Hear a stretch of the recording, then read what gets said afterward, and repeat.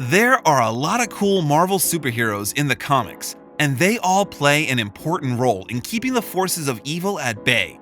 And one of those superheroes is Eric Brooks, aka Blade, the human and vampire hybrid who hunts down vampires that exist in the world. I'm sure you already know this, as we've already seen the popular movie trilogy based on the Blade comics starring Wesley Snipes. Having a lot of followership, the movies spanned from the late 90s to the early 2000s. So it was quite exciting when we received news from the 2019 Comic-Con about a reboot of Blade coming to the MCU, starring award-winning actor Mahershala Ali. So today, we're going to be doing a quick recap on the Blade origins.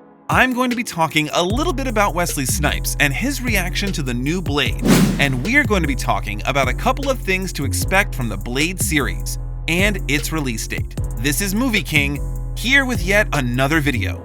If you are new here, be sure to hit that subscribe button and that notification bell to stay updated. Blade origins. The origin story of Blade is pretty familiar to us. We know his mother was bitten by a vampire while she was pregnant with him, which made him inherit vampire characteristics, even though he never fully turned. He grows up to become a half-human and half-vampire hybrid, having most of the powers of a vampire, but none of their weaknesses. Everything from having silver immunity to being able to walk in the sun, hence earning the name the Daywalker. He does have the occasional bloodthirst, but he quenches it by taking a special serum.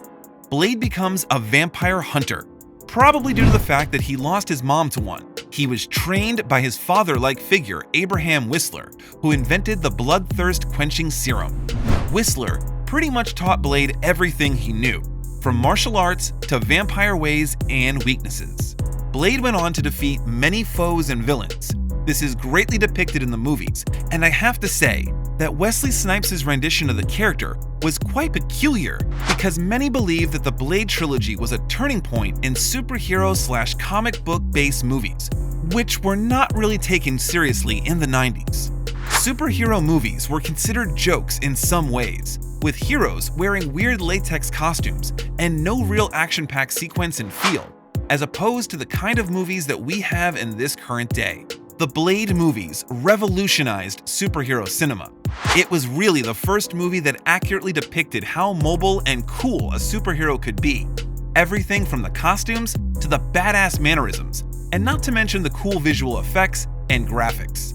It created the hallmark for the quality movies that we know and love today.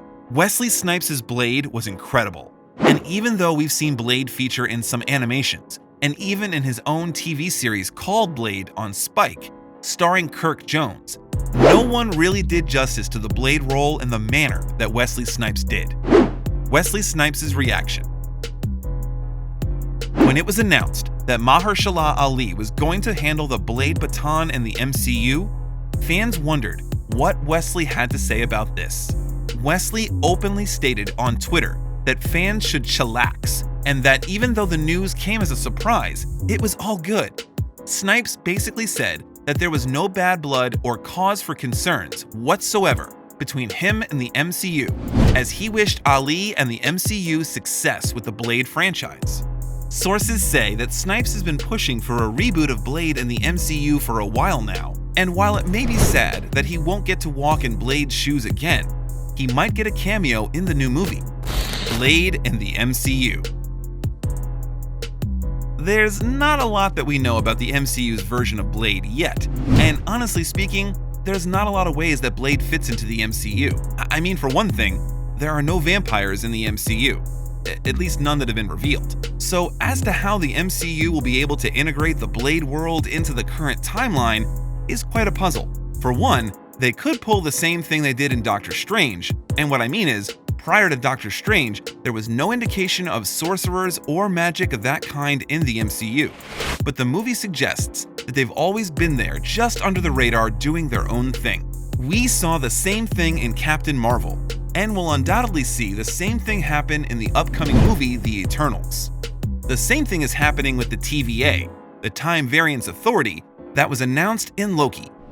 Marvel is fond of just introducing new characters and a new franchise into the MCU under the guise of they've always been there, but they were not really announced in the other movies prior to the franchise.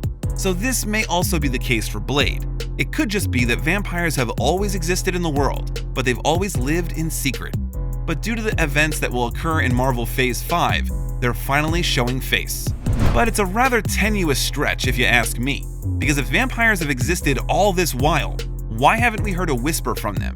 At least maybe Fury would have said something, or persons like Iron Man or some other known character like the Ancient One would have said something. It feels really weird that they're just going to dump it on us in that manner.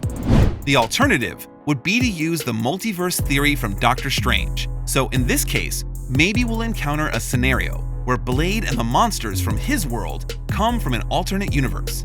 That seems more plausible. This corroborates with the fact that a lot of what will happen in Blade will be determined by what happens in Doctor Strange in the Multiverse of Madness. As stated by Marvel Studios, we'll just have to wait and see. Release date. A release date hasn't been set yet, and we don't really know when exactly Blade is going to hit theaters. But most likely, it will be sometime in 2023 or 2024. We know that Blade is set late in the Phase 5 of the MCU, and Phase 4 has only just ended, so there's still a lot to uncover. I honestly think that Mahershala Ali's Blade will be very cool, because Ali is a spectacular actor.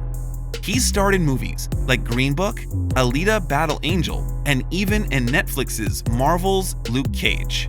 And let's not forget that this is a movie from the MCU, so it's an all-hands-on-deck situation, so nothing but awesome will birth out from this movie. Well guys, that's it for this video. Thanks a lot for watching. Be sure to subscribe and go check out our other content. And tell me some of your thoughts on the upcoming Blade movie in the comments below. This is Movie King, signing out.